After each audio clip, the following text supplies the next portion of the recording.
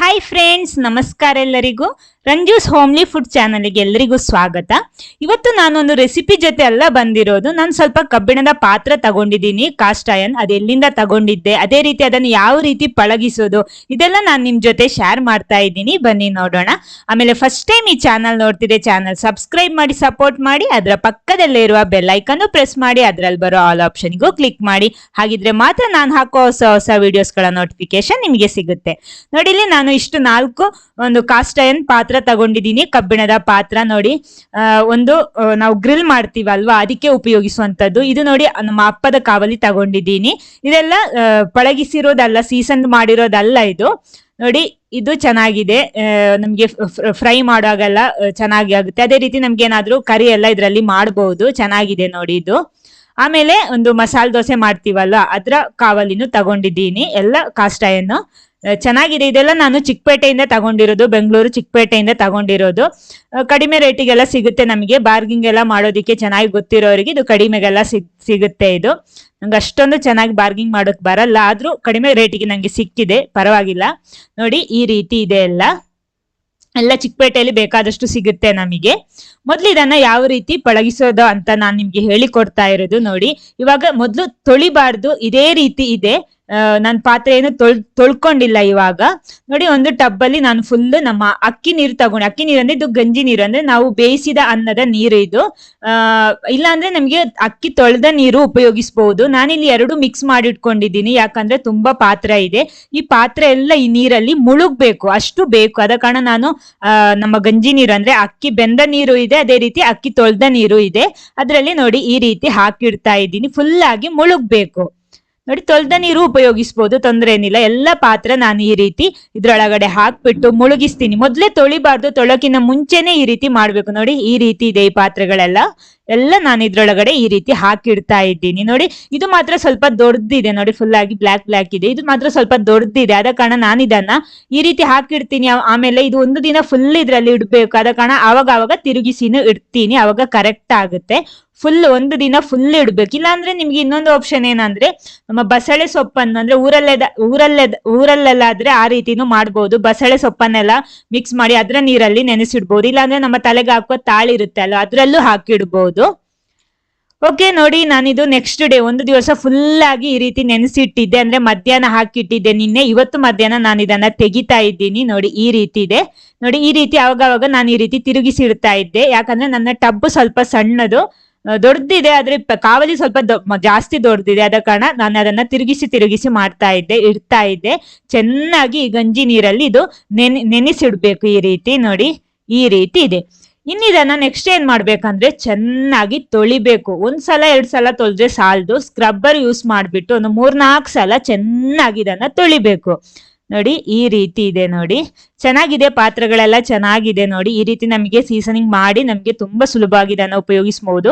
ಅಂದ್ರೆ ಇದರಲ್ಲಿ ಅಡುಗೆ ಮಾಡಿ ತಿನ್ನೋದು ಹೆಲ್ದಿ ಕೂಡ. ಇದನ್ನ ಅಂದ್ರೆ ಎಲ್ರಿಗೂ ಗೊತ್ತಿರೋ ವಿಷಯನೇ ಅದು. ತುಂಬಾ ಕಾಲ ಇದು ಬಾಳ್ವಿಕೆನೂ ಬರುತ್ತೆ. ಈ ರೀತಿ ಪಾತ್ರೆ ನಾವು ಒಮ್ಮೆ ತಗೊಂಡ್ರೆ ಸಾಕು, ಖರ್ಚು ಮಾಡಿದ್ರೆ ಸಾಕು. ನೋಡಿ, ಈ ರೀತಿ ಸ್ಕ್ರಬ್ಬರ್ ಅಲ್ಲಿ ಯಾವ್ದಾದ್ರು ಡಿಶ್ ವಾಶ್ ಉಪಯೋಗಿಸಿ ಇದನ್ನ ಒಂದು 3-4 ಸಲ ಚೆನ್ನಾಗಿ ತೊಳ್ಕೊಳ್ಳಿ. ನಾನಿವಾಗ ಎಲ್ಲ ಪಾತ್ರೆ ನಾನು ನಿಮ್ ಜೊತೆ ತೋರಿಸ್ತಾ ಇಲ್ಲ, ಯಾಕಂದ್ರೆ ವಿಡಿಯೋ ತುಂಬಾ ಲಾಂಗ್ ಆಗುತ್ತೆ.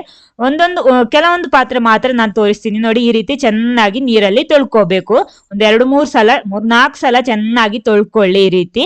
ಯಾಕಂದ್ರೆ ಅದು ಕಪ್ಪು ಇರುತ್ತೆ. ಅಂದ್ರೆ ಫಸ್ಟ್ ಸ್ಟೆಪ್ ಇದೆ, ನಾವು ಗಂಜಿ ನೀರಲ್ಲಿ ಹಾಕ್ಬಿಟ್ಟು ತೊಳ್ಕೊಳ್ಳೋದು. ಓಕೆ, ನೋಡಿ, ಎಲ್ಲ ತೊಳೆದು ನಾನು ತಂದಿದ್ದೀನಿ. ನೋಡಿ, ಈ ರೀತಿ ಇದೆಲ್ಲ ತೊಳ್ಕೊಂಡಿದ್ದೀನಿ ನಾನು. ಎಲ್ಲ ಸಪರೇಟ್ ಆಗಿ ತೋರಿಸ್ತಾ ಇಲ್ಲ, ಒಂದೊಂದು ಪಾತ್ರೆ ಮಾತ್ರ ತೋರಿಸ್ತೀನಿ ನಾನು. ಅದೇ ರೀತಿ ಎಲ್ಲ ತೊಳ್ಕೊಂಡ್ರೆ ಸಾಕು, ಸ್ಕ್ರಬ್ಬರ್ ಉಪಯೋಗಿಸಿ ತೊಳ್ಕೊಳ್ಳಿ. ನೆಕ್ಸ್ಟ್ ಮಾಡ್ಬೇಕಾಗಿರೋದು ನಮ್ಮ 2ನೇ ಸ್ಟೆಪ್ ಏನಂದ್ರೆ, ಈ ತೊಳೆದ ಪಾತ್ರೆಗೆ ಚೆನ್ನಾಗಿ ಎಣ್ಣೆ ಸ್ಪ್ರೆಡ್ ಮಾಡಬೇಕು. ನಾನಿವಾಗ ಬ್ರಷ್ ಅಲ್ಲಿ ಸ್ಪ್ರೆಡ್ ಮಾಡ್ತಾ ಇದ್ದೀನಿ, ಕೈಯಲ್ಲೇ ಬೇಕಿದ್ರು ಸ್ಪ್ರೆಡ್ ಮಾಡ್ಕೊಳ್ಳಿ. ಫುಲ್ ಆಗಿ ನಾನಿಲ್ಲಿ ತೆಂಗಿನೆಣ್ಣೆ ಉಪಯೋಗಿಸ್ತಾ ಇರೋದು.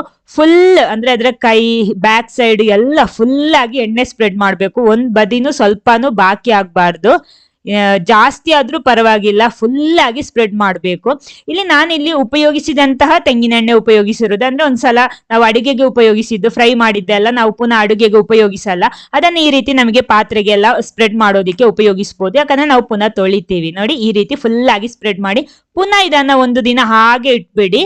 ನೋಡಿ ನೆಕ್ಸ್ಟ್ ಡೇ ಇದು ನಾನು ಎಣ್ಣೆ ಸ್ಪ್ರೆಡ್ ಮಾಡಿ ಒಂದು ದಿನ ಫುಲ್ ಇಟ್ಟಿದ್ದೆ. ನೆಕ್ಸ್ಟ್ ಡೇ ನಾನು ಪುನಃ ಇದನ್ನ ನೋಡಿ ತೋರಿಸ್ತಾ ಇದ್ದೀನಿ. ಈ ರೀತಿ ಇದೆ ನೋಡಿ ನಮ್ಮ ಪಾತ್ರ. ಇನ್ನೇನ್ ಮಾಡ್ಬೇಕಂದ್ರೆ ಪುನಃ ಇದನ್ನ ತೊಳಿಬೇಕು. ಎಣ್ಣೆ ಎಲ್ಲ ಸ್ಪ್ರೆಡ್ ಮಾಡಿ ಇಟ್ಕೊಂಡಿದ್ವಿ, ಅದನ್ನ ಪುನಃ ತೊಳಿಬೇಕು. ಅದೇ ರೀತಿ ನೋಡಿ, ಇವಾಗ ಅಷ್ಟೇನು ಕಪ್ಪಿಲ್ಲ, ನಾನು ಒಂದ್ಸಲ ತೊಳ್ದ ಕೂಡಲೇ ಈ ರೀತಿ ಆಗಿದೆ. ಪುನಃ ಇದನ್ನ ತೊಳಿಬೇಕು. ಚೆನ್ನಾಗಿ ತೊಳ್ಕೊಳ್ಳಿ. ನೋಡಿ ಇಲ್ಲಿ ನಾನು ತೊಳ್ದೆಲ್ಲ ರೆಡಿ ಮಾಡಿಟ್ಟಿದ್ದೀನಿ. ಪುನಃ ಈ ರೀತಿ ಇದೆ. ಇವಾಗ ನೋಡಿ ನಮ್ಮ ಪಾತ್ರೆಗಳೆಲ್ಲ ಚೆನ್ನಾಗಿ ತೊಳ್ದು ಇವಾಗ ರೆಡಿ ಮಾಡಿಟ್ಟಿದ್ದೀನಿ. ನೋಡಿ ಯಾವ ಕಪ್ಪೇನು ಇಲ್ಲ ಇವಾಗ. ನೆಕ್ಸ್ಟ್ ಮೂರನೇ ಸ್ಟೆಪ್ ಏನಂದ್ರೆ ಇದಕ್ಕೆ ಪುನಃ ಪ್ಯಾನ್ ಎಲ್ಲ ಬಿಸಿ ಮಾಡಬೇಕು. ಪುನಃ ಎಣ್ಣೆ ಹಾಕೊಳ್ಳಿ. ನಾನಿಲ್ಲಿ ತೆಂಗಿನ ಎಣ್ಣೆನೆ ಉಪಯೋಗಿಸ್ತಾ ಇರೋದು. ಫುಲ್ ಆಗಿ ಸ್ಪ್ರೆಡ್ ಮಾಡ್ಕೊಳ್ಳಿ ಈ ರೀತಿ. ಎಣ್ಣೆ ಎಲ್ಲ ಬದಿ ನಾವು ಯಾವ ಅಡುಗೆ ಮಾಡುವ ಪಾರ್ಟಿಗೆಲ್ಲ ನಾವು ಇದಕ್ಕೆ ಎಣ್ಣೆನ ಸ್ಪ್ರೆಡ್ ಮಾಡ್ಬೇಕು. ಅದಕ್ಕೆ ನಾನಿಲ್ಲಿ ಒಂದು ಈರುಳ್ಳಿ ಹಾಕ್ಬಿಟ್ಟು ಫ್ರೈ ಮಾಡ್ತಾ ಇದ್ದೀನಿ.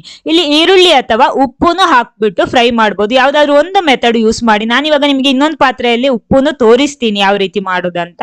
ಎಣ್ಣೆ ಹಾಕ್ಬಿಟ್ಟು ಈ ಈರುಳ್ಳಿನ ಚೆನ್ನಾಗಿ ಫ್ರೈ ಮಾಡ್ಬೇಕು. ಈರುಳ್ಳಿ ಕಪ್ಪಾಗ್ಬೇಕು. ಆಮೇಲೆ ಇದನ್ನ ಯೂಸ್ ಮಾಡಬಾರ್ದು, ಬಿಸಾಕ್ಬೇಕು. ನೋಡಿ ಚೆನ್ನಾಗಿ ಈ ರೀತಿ ಮಿಕ್ಸ್ ಮಾಡ್ಕೊಳ್ಳಿ. ಫುಲ್ ಸೈಡ್ಗೆಲ್ಲ ಈ ರೀತಿ ಮಾಡ್ಬಿಟ್ಟು ಫ್ರೈ ಮಾಡ್ಬೇಕು. ಅವಾಗ ಫುಲ್ ಆಗಿ ಅಂದ್ರೆ ಅದ್ರಲ್ಲಿರುವ ಕಪ್ಪು ಅಂದ್ರೆ ಫಸ್ಟ್ ಎಲ್ಲ ಹೋಗುತ್ತೆ. ಫಸ್ಟ್ಗೆ ನಮ್ಗೆ ಅಡುಗೆ ಮಾಡೋದಿಕ್ ಆಗಲ್ಲ. ನೋಡಿ ಈ ರೀತಿ ಚೆನ್ನಾಗಿ ಎಣ್ಣೆಯಲ್ಲಿ ಫ್ರೈ ಮಾಡಬೇಕು. ಫುಲ್ ಆಗಿ ಸೈಡ್ ಎಲ್ಲ ಸ್ಪ್ರೆಡ್ ಮಾಡಿಬಿಟ್ಟು ಫ್ರೈ ಮಾಡ್ಕೊಳ್ಳಿ. ನೋಡಿ ಇವಾಗ ಈರುಳ್ಳಿ ಎಲ್ಲ ಚೆನ್ನಾಗಿ ಕಪ್ಪಾಗಿದೆ. ನೋಡಿ ಸಾಕು. ನಾನು ಫ್ಲೇಮ್ ಆಫ್ ಮಾಡಿಟ್ಕೊಂಡಿದ್ದೀನಿ. ಇನ್ನೇನ್ ಮಾಡ್ಬೇಕಂದ್ರೆ ಇದನ್ನ ಆಫ್ ಮಾಡಿಬಿಟ್ಟು ಫುಲ್ ಆಗಿ ಆರ್ಬೇಕು. ನಮ್ಮ ಈ ಪ್ಯಾನ್ ಫುಲ್ ಆಗಿ ಆರಿದ್ಮೇಲೆ ಪುನಃ ಇದನ್ನ ತೊಳಿಬೇಕು. ಓಕೆ, ಚೆನ್ನಾಗಿ ತೊಳ್ಕೊಳ್ಳಿ. ನೆಕ್ಸ್ಟ್ ನೋಡಿ ನಾನು ನಮ್ಮ ಗ್ರಿಲ್ಡ್ ಪ್ಯಾನ್ ಅಲ್ಲಿ ಈ ರೀತಿ ಮಾಡಿ ತೋರಿಸ್ತಾ ಇದ್ದೀನಿ. ಎಣ್ಣೆ ಅದೇ ರೀತಿ ಎಣ್ಣೆ ಬಿಸಿ ಮಾಡಿಬಿಟ್ಟು ಎಣ್ಣೆ ಹಾಕ್ಬಿಟ್ಟು ಉಪ್ಪು ಫ್ರೈ ಮಾಡ್ತಾ ಇದ್ದೀನಿ ನಾನಿಲ್ಲಿ. ನಿಮ್ಗೆ ಅದೇ ಒಂದೇ ಈರುಳ್ಳಿ ಫ್ರೈ ಮಾಡಿ, ಇಲ್ಲಾಂದ್ರೆ ಉಪ್ಪು ಯಾವ್ದಾದ್ರು ಒಂದು ಮಾಡಿದ್ರೆ ಸಾಕು. ಎರಡು ಮಾಡ್ಬೇಕಾದ ಅವಶ್ಯಕತೆ ಏನಿಲ್ಲ. ನಾನು ನಿಮ್ಗೆ ತೋರಿಸೋದಿಕ್ಕೋಸ್ಕರ ಮಾತ್ರ ಈ ರೀತಿ ಮಾಡ್ತಾ ಇರೋದು. ಈ ಪ್ಯಾನ್ಗೆ ನಾನು ಉಪ್ಪು ಹಾಕ್ಬಿಟ್ಟು ಇದೇ ರೀತಿ ಫ್ರೈ ಮಾಡ್ತಾ ಇದ್ದೀನಿ. ನೋಡಿ ಫುಲ್ ಆಗಿ ಈ ರೀತಿ ಮಾಡೋದು. ಇದೇ ರೀತಿ ನಾನು ಬಾಕಿ ಎರಡು ಪಾತ್ರೆನ ಅದೇ ರೀತಿ ಮಾಡ್ತೀನಿ. ಫುಲ್ ಸೈಡಿಗೆ ಎಲ್ಲ ಮಾಡ್ಬೇಕು. ಇದು ಗ್ರಿಲ್ಡ್ ಆದ ಕಡೆ ನೋಡಿ ಎಡೆಗೆಲ್ಲ ಸರಿಯಾಗಿ ಸ್ಪ್ರೆಡ್ ಮಾಡಬೇಕು ಫುಲ್ ಆಗಿ. ಓಕೆ, ನೆಕ್ಸ್ಟ್ ನೋಡಿ ಇದನ್ನ ನಮ್ಮ ಈರುಳ್ಳಿ ಫ್ರೈ ಮಾಡಿದ ಪ್ಯಾನ್ ಚೆನ್ನಾಗಿ ತೊಳೆದು ಇದು ನೋಡಿ ಇವಾಗ ಅಡುಗೆ ಮಾಡೋದಿಕ್ಕೆ ರೆಡಿ ಆಗಿದೆ. ನಮ್ಮ ಪಾತ್ರೆ ನೋಡಿ ಈ ರೀತಿ ಇದೆ. ಆದ್ರೂ ನಾವು ಫಸ್ಟ್ ಅಡುಗೆ ಮಾಡಿದ್ದು ಉಪಯೋಗಿಸಬಾರ್ದು. ಏನಾದ್ರೂ ಇದು ಮಾಡಿ. ನಾನಿಲ್ಲಿ ನಿಮ್ಗೆ ಇಲ್ಲಿ ದೋಸೆ ಮಾಡೋದು ತೋರಿಸ್ತಾ ಇದ್ದೀನಿ. ಆಕ್ಚುಲಿ ಇದು ದೋಸೆ ಮಾಡುವ ಪ್ಯಾನ್ ಅಲ್ಲ. ಅಂದ್ರೆ ನಾನು ನಿಮ್ಗೆ ತೋರಿಸೋದಿಕ್ಕೋಸ್ಕರ ಮಾತ್ರ ಮಾಡ್ತಾ ಇರೋದು. ಪ್ಯಾನ್ ಬಿಸಿ ಮಾಡಿಬಿಟ್ಟು ಎಣ್ಣೆ ಸ್ಪ್ರೆಡ್ ಮಾಡ್ಕೊಳ್ಳಿ.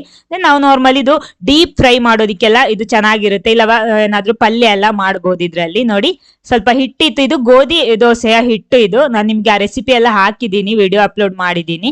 ನೋಡಿ ಅದನ್ನ ನಿಮ್ಗೆ ಇಲ್ಲಿ ತೋರಿಸ್ತಾ ಇದ್ದೀನಿ. ಇಲ್ಲಿ ನಮ್ಗೆ ಫಸ್ಟ್ ಅಟೆಂಪ್ಟ್ ಅಲ್ಲೇ ಇದು ಕರೆಕ್ಟ್ ಬರ್ಬೇಕಾಗಿಲ್ಲ. ಯಾಕಂದ್ರೆ ಒಂದ್ 2-3 ಸಲ ಉಪಯೋಗಿಸ್ಬೇಕು. ನೋಡಿ ನೋಡೋಣ ನಾವು ಟ್ರೈ ಮಾಡೋ ಹೇಗಾಗಿದೆ ಅಂತ. ನೋಡಿ ಈ ರೀತಿ ನಾವು ದೋಸೆ ಮಾಡ್ಬೋದು. ಯಾವುದೇ ರೆಸಿಪಿ ಬೇಕಿದ್ರು ಮಾಡ್ಬೋದು. ನೋಡಿ ಅಡುಗೆ ಮಾಡೋದಿಕ್ಕೆ ರೆಡಿ ಆಗಿದೆ ನಮ್ಮ ಈ ಪ್ಯಾನ್. ಕರೆಕ್ಟ್ ನಾನು ನಿಮ್ಗೆ ಸ್ಟೆಪ್ ವೈಸ್ ಆಗಿ ತೋರಿಸ್ಕೊಟ್ಟಿದ್ದೀನಿ. ನೋಡಿ ಈ ರೀತಿ ಇದೆ. ನೋಡಿ ಚೆನ್ನಾಗಿ ನೋಡಿ ನೀಟಾಗಿ ಅದು ಬಂದಿದೆ. ನಮ್ಮ ಫಸ್ಟ್ ಅಟೆಂಪ್ಟ್ ಅಲ್ಲೇ ನಾವು ಸಕ್ಸಸ್ ಆಗಿದ್ದೀವಿ. ನೋಡಿ ಈ ರೀತಿ ಇದೆ. ದೋಸೆ ಕರೆಕ್ಟ್ ಆಗಿ ಬಂದಿದೆ. ಏನ್ ಬೇಕಿದ್ರು ಇದರಲ್ಲಿ ಮಾಡ್ಬೋದು. ನೋಡಿ ಚೆನ್ನಾಗಿದೆ ಈ ಪಾತ್ರ. ನೋಡೋದಿಕ್ಕೆ ಒಳ್ಳೆ ಕ್ಯೂಟ್ ಆಗಿದೆ. ಸೀಸನಿಂಗ್ ಮಾಡಿ ಅಡುಗೆ ಮಾಡೋದಿಕ್ಕೆ ಇದು ರೆಡಿ ಆಗಿದೆ. ನೋಡಿ ಇದ್ರ ಬ್ಯಾಕ್ ಸೈಡ್ ನೋಡಿ ಕಪ್ಪೇನಾಗಿಲ್ಲ. ನೋಡಿ ಕರೆಕ್ಟ್ ಆಗಿದೆ. ಯಾವುದೇ ತೊಂದರೆ ಇಲ್ಲ. ಅಡುಗೆ ಮಾಡೋದಿಕ್ಕೆ ಉಪಯೋಗಿಸಬಹುದು. ಓಕೆ, ಈ ವಿಡಿಯೋ ನಿಮ್ಗೆ ಇಷ್ಟ ಆಗಿದ್ರೆ ಖಂಡಿತ ಲೈಕ್ ಮಾಡಿ, ಎಲ್ಲರ ಜೊತೆನೂ ಶೇರ್ ಮಾಡಿ. Okay, thank you.